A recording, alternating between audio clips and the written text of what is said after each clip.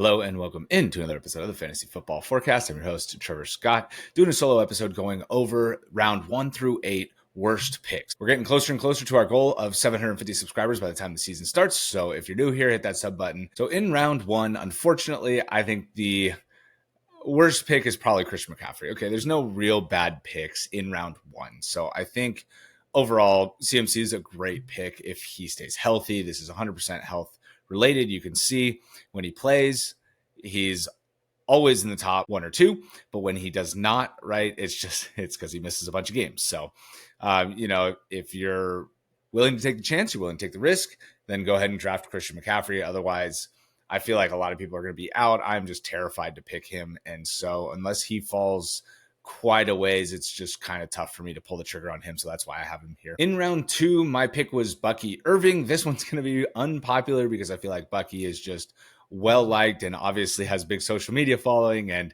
had an awesome rookie season. He was super successful, 1,122 yards on only 207 carries, and was still very involved in the passing game despite playing behind Rachaad White in that role. He didn't score a touchdown through the year. I think that'll change this year. Rachaad White is banged up, so there are definitely some positives to Bucky's game, but I'm just a little bit weary of the fact that he might not see this big increase in snap share, and he might not see this big increase in workload because he still did get over 250 touches.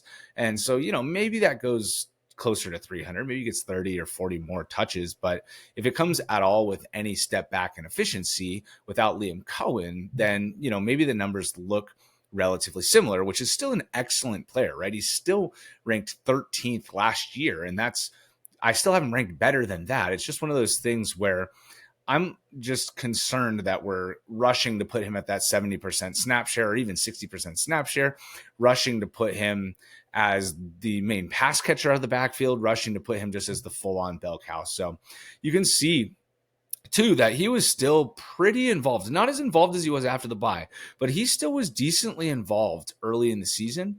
And so the efficiency was definitely better than Rachaad White. He for sure earned his second half role. But I am just a little weary. I don't find myself gravitating towards Bucky Irving because I do prefer Chase Brown, prefer Josh Jacobs, prefer Kyren Williams. So it's just one of those weird areas where I don't end up ever picking him. I might still be looking at wide receiver too, because if one of those guys from the tier of 3, like 9, 10, 11 that we talked about a lot are still there, AJ Brown, Drake London, and Lad McConkey, I feel myself gravitating towards them over Bucky's. It's just a situation where I want to see it one more time, basically. This is a day 3 pick. Those guys don't pan out a ton, so I don't want to get carried away here with Bucky. In round 3, my least favorite pick here is George Kittle. This is, again, injury related and age related. Obviously, you look at his production over the last 4 seasons, and he's been rock solid, top 5 every single year. He goes in this year, too, as the likely number 1 option. So that's what's pushing his ADP up so much. I mean, in 10-team Superflex leagues, he was going in round 6 or round 7 last year. He's getting pushed up all the way into round 4. And so, he is quite a ways behind the other 2 tight ends in ADP. So I feel like as those 2 go off, he gets picked a little bit above where he's ranked anyways. So overall, when he's on the field, I feel like he's going to be awesome. He's going to be playing all the snaps. He's going to be Purdy's number 1 target in the middle of the field. Maybe Pearsall steps up as the wide receiver 1. Maybe when Ayuk is back, Kittle isn't as involved, but I don't even think the production is going to be the problem when he's out there. I think this is 100% an age and an injury thing, right? So if he ends up missing 5 games, it's just he's not going to pay off. And I am still a little bit weary of that. And San Francisco's already struggled so much with injuries in the wide receiver group this year. And then obviously Christian McCaffrey, injury prone, just mentioned him. And then Kittle kind of has missed some games here and there as well. He hasn't had over 100 targets since 2019 either. And I feel like that maybe gets overlooked a little bit just because of how productive he's been.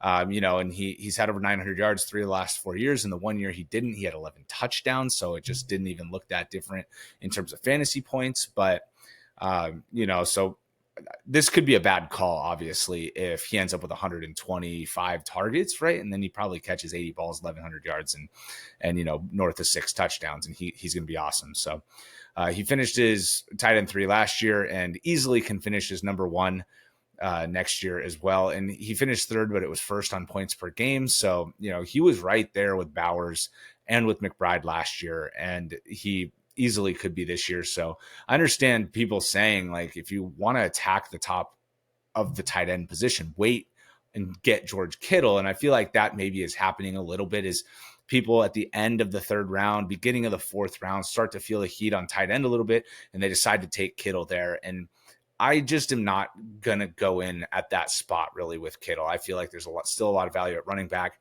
and receiver, and going in on Kittle doesn't give me the feel of enough of an advantage, because I'm worried that I'm not going to have him for part of the season. So that's how I'm going to draft Kittle. It's going to be a little bit more injury adverse than maybe others would be, right? Everybody's injury prone. Anybody that takes that approach to drafting is probably going to be all aboard Kittle. But for me, I try to do the best I can to get players that I feel like are going to be out there, and avoid guys like this that I feel like come with maybe a little bit more of an injury risk than others. In round 4, I think the worst pick is DJ Moore. This pains me, because anybody that knows me knows I've loved DJ Moore pretty much throughout his entire career.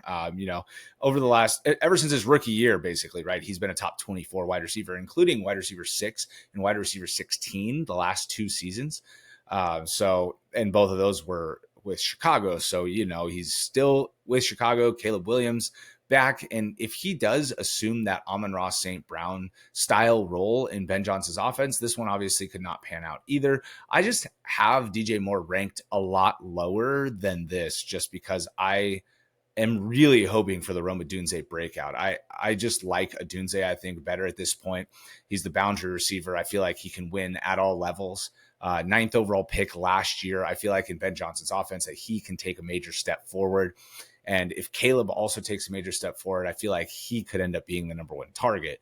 And so if I take DJ Moore thinking that he's still going to be the number 1 target that he's been through these last 6 years, and then he's not that, I'm going to be disappointed. So I have him ranked as a borderline top 30 wide receiver, and he gets ranked as a borderline top 20 wide receiver, at that 23, 24 type of range. So, I'm taking Jameson Williams over him. I'm taking Tetairoa McMillan over him. I'm taking, a lot of guys kind of in that mid-20s area over DJ Moore, just because I think that the role might not quite be what we're expecting it to be. And, 140 targets last year, 136 targets the year before.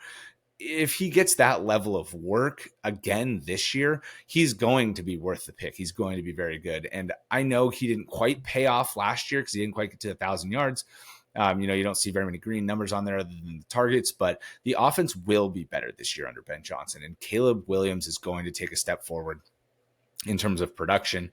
So if he gets 140 targets, that's going to be very, very lucrative position for fantasy, in my opinion, but I just don't anticipate him getting there. Next player up in round 5 is Zay Flowers. This was the easiest one to pick in the whole draft. I have Flowers ranked down at wide receiver 35, and I just don't think on a per game basis that he's that good. I feel like he's extremely unreliable. Every once in a while he has a big game, but for the most part, he can completely disappear in the game plan. And I just don't like that very much at all from somebody that I'm going to be relying on as a starter. So you can see how variable his games were last year, right? I mean, he had 3 for 20, 1 for 10, and then he goes off, but no touchdowns, right? So it's still good games, but it's in the mid-teens, right? And then 1 for 11.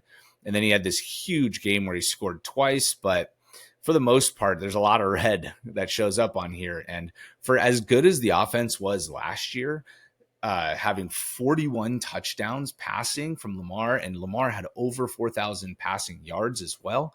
And to see Flowers with barely over 1,000 and only 4 touchdowns, I just am not sure that role is coming this year either. So he's more of a middling or low end wide receiver 3, in my opinion. In your 10-team leagues, he's more of a flex play.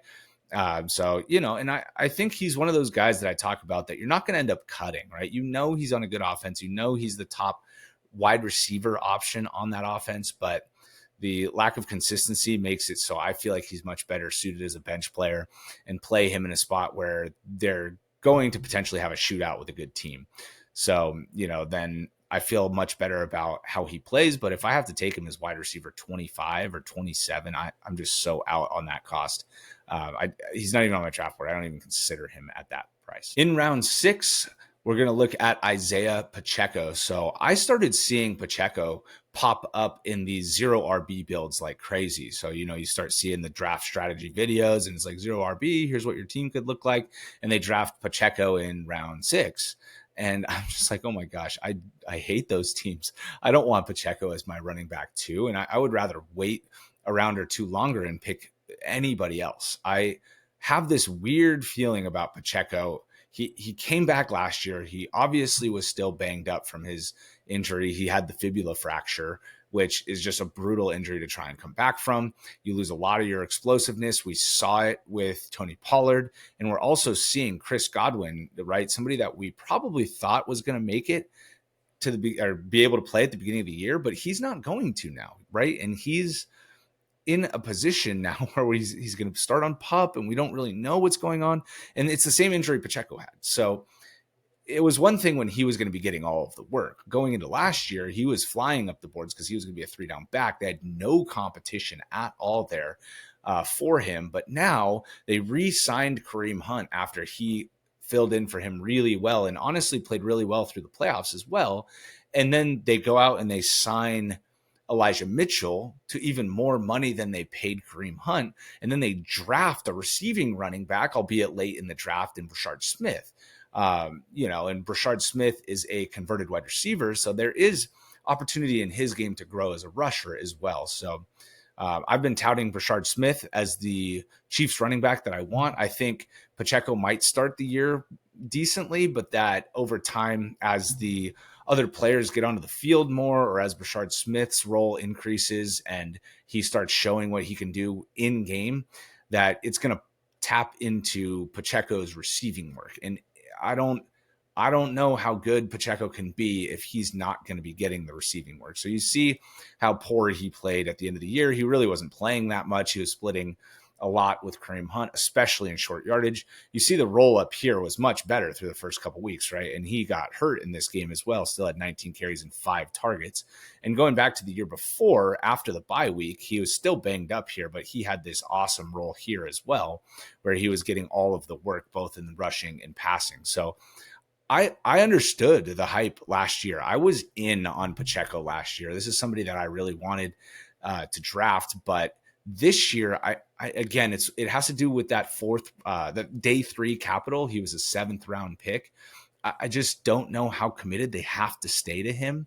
And without that, they have so many other options. And if the passing game work evaporates, I think I've kind of belabored that point, but I'm just terrified that you're going to end up with somebody who is in like a 12 to 15 carry a game type of role and splitting rushing work with 1, maybe even 2 running backs. And that's somebody that I fear could end up being a drop, right? You get into bye weeks. His bye week is week 10, right? You're looking for somebody to play. And it's like, oh man, he's only had 12 carries the last 3 weeks. And he's totaled, 160 yards in those 3 games with 2 catches. Like, is this really somebody that I need to hold on to for the playoff run, right? And that's not somebody I'm trying to draft high. So I have him ranked down at running back 32, but I am still even uneasy at that price. It's not somebody I want to draft. And this ADP is much higher than that in round 6. I'm not looking to Pacheco at that point in the draft at all.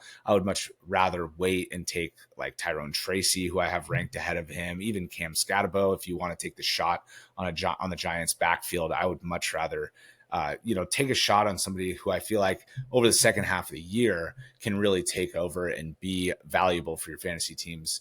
I don't think at this point that that's going to be Pacheco, and maybe early in the season I get proven wrong here as well, but definitely somebody that I haven't been drafting at all offseason, or even as we've gotten closer, not somebody I've been compelled to move up. In round 7, I'm going to cheat just a little bit and put Brian Robinson Jr. here. Just in case you haven't heard, it looks like the Commanders are looking to move off of him. So if they do decide to either cut or trade him, that's going to present a situation where we don't know what exactly his role is going to be. When it was locked into rushing downs here for Washington, it was a pretty stable role. It's a good offense. He can score touchdowns. Now, if he changes teams and goes to, say, the Texans, where we don't know when Joe Mixon is coming back, which would completely cap his role. We don't know how he'd mesh with Nick Chubb. I'd guess that he'd get the role, but they do have an early round thumper kind of there. So I just wanted to make sure that this got communicated in this video. He is off. He should be off your draft board pretty much all the way until we either hear that he's traded or he gets cut and has a new team, because he's not going to be paying off round 7 draft capital at this point, I don't think. Now, if this is all smoke and mirrors and they end up keeping him and it keeps Ja'Cory Crockett-Merritt off the field, then okay, that'll be good. But for him anyways. But in terms of wanting to draft him and redraft, I just don't know if I'm there on him now. I think he's kind of out of commission here. I have pushed him down to like running back 45, which is borderline draftable at that point at the end of your drafts. And in round 8, the last guy we're going to go over here is his teammate for now, Deebo Samuel. So I've seen a lot of positive news on Deebo in terms of role, negative in terms of being, overweight, maybe a little bit. I don't know that I buy that. I feel like he's looked pretty good so far in training camp videos, all that type of stuff. He's obviously a bigger guy. He's always been a bigger guy. But I don't know that I buy the whole he can step into a bigger volume role if Terry McLaurin is out. I still expect Terry McLaurin to sign and be there, but there is the chance that doesn't get worked out right away. It's 2 weeks out right now, and he still hasn't signed or anything. So I'm not turning to Deebo, though, in this situation, being like, oh, he's going to be the number 1 for Jaden Daniels. I'm like, man, I feel like we need to see somebody else here. This could have been the situation if Jaden Higgins had been drafted here, where Jaden Higgins would be a 7th round pick. But they didn't end up with a receiver like that. So I'm just not sure what to make of Deebo. And I have just kind of, again, taken him off my board a little bit. I do know that he got some rushing work, so it's good to see that they're going to use him that way still, which I think was expected. But without a consistent receiving game role that, maybe he does have one close to the line of scrimmage and Daniels is loading him up with targets early. And this ends up being wrong. I don't know. I'm not sure. Again, I've kind of said that for all these guys, right? Because there is an upside case for all these guys. But the other thing for Deebo too, has been a theme throughout a couple of these guys, as well as the injury history. It's just, he plays so physically that it's almost a guarantee he's going to miss a couple games. You see over the last 3 years, he's missed quite a few games, right? So, he's missed 8 games in the last 3 years. And it's not like he's been awesome or anything in San Francisco with a great setup. And I know Washington's also a great setup. But, another year older here for Deebo. And, I just feel like there's so many exciting players in round 8 and 9 and beyond, right? Like the difference between him and Emeka Egbuka, how excited I am to draft them. Matthew Golden, it's just like these young rookies that are coming in, possibly going to be heavily involved early in the season. I just can't rank Deebo in front of them. I'm not looking to pick Deebo in front of them. I'm always scrolling down to try and find those names instead.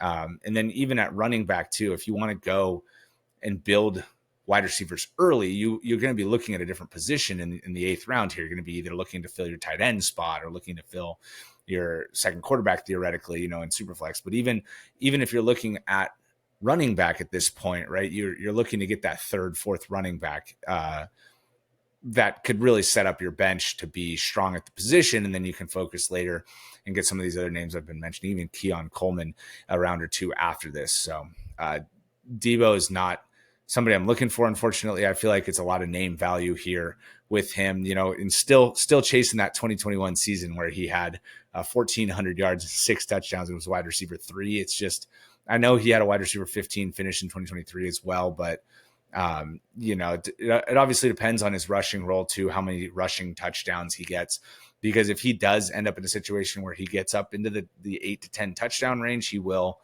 be worth this pick, but I don't anticipate that, and I'm not going to be making the Deebo Samuel pick. All right, and with that, thank you so much for watching. If you're still here, hit that subscribe button, and we'll talk to you in the next one.